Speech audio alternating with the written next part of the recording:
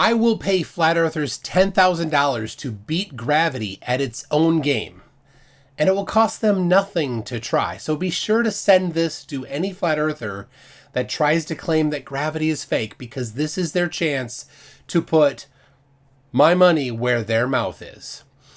If the earth were flat, the mass of the earth would collapse it into a globe due to gravity. This alone ends the idea of flat earth. But some flat earthers are aware of this. Since flat earthers start with the conclusion that the earth is flat, they must reject mass-to-mass attraction to keep their fantasy alive. The process flat earthers use is called science denialism. They spend a large amount of time rejecting gravity, claiming it's just a theory. Of course, the law of gravitational attraction is a law. It's in the name. And calling something a theory is not a refutation anyway. A theory in science is a broad explanation for a wide range of phenomena that's been confirmed in many experiments. If you want to show that gravity is wrong, you need to show that gravity is wrong. Playing words games is not how science is done.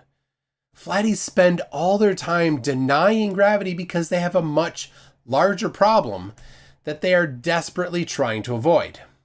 There is a downward acceleration and they have no explanation for it. It's easily measurable, and it also varies across the surface of the earth by about 1%. For decades, people have been measuring and remeasuring the downward acceleration all over the earth. This is done with highly accurate accelerometers called gravimeters or gravimeters, depending on who is saying it. While the name includes grav, for the most part, these are just highly precise accelerometers like your smartphone has. The measurements are standardized under the International Gravity Standardization Net 1971, or just shortened to IGSN 71. Here is data from 4 measurements done over the course of 5 years near International Falls, Minnesota.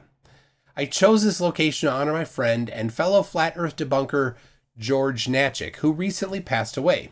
He lived just 8 miles from this location.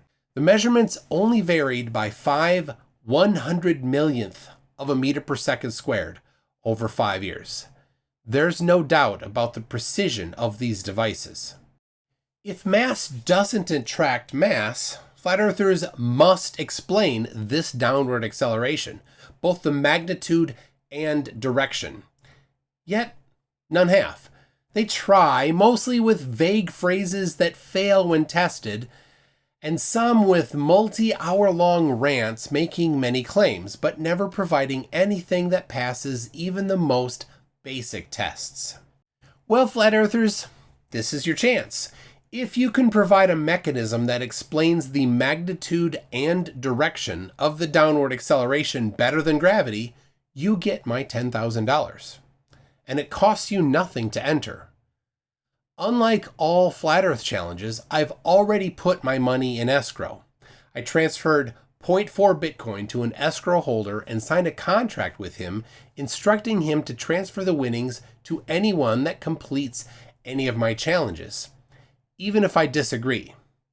The contract even releases him from liability if this happens. So I've got what no flat earther has. AC/DC, third album, side 2, song 2. Here's how it works. Using the globe, I predict the magnitude of the downward acceleration. I'll use the law of gravitational attraction, the radius of the earth, and the rotation of the earth. I'll create a separate video that goes over the specific process I use and show the results. Flat earthers, you predict the magnitude of the downward acceleration using whatever you think causes it.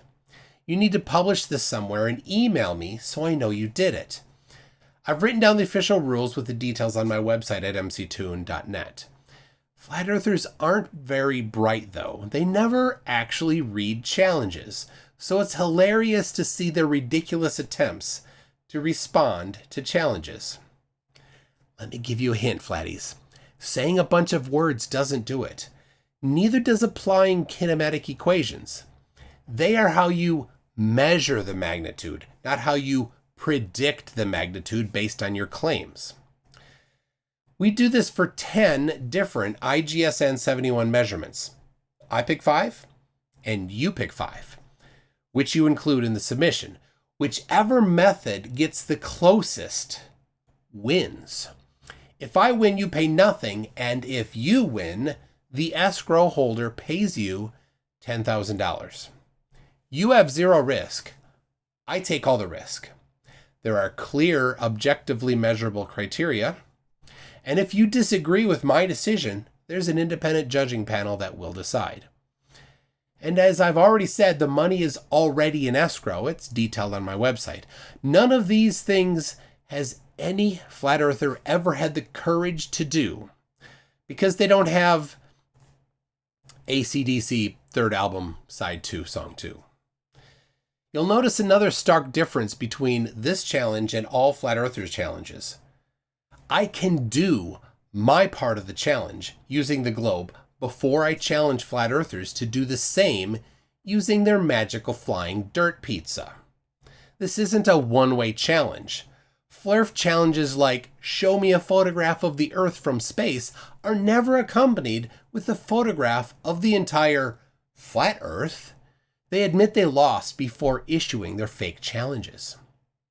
This video is not the official challenge. It's an overview of the challenge. The official rules are published on my website and they cannot be modified because I have the SHA-2 secure hash on the screen right now.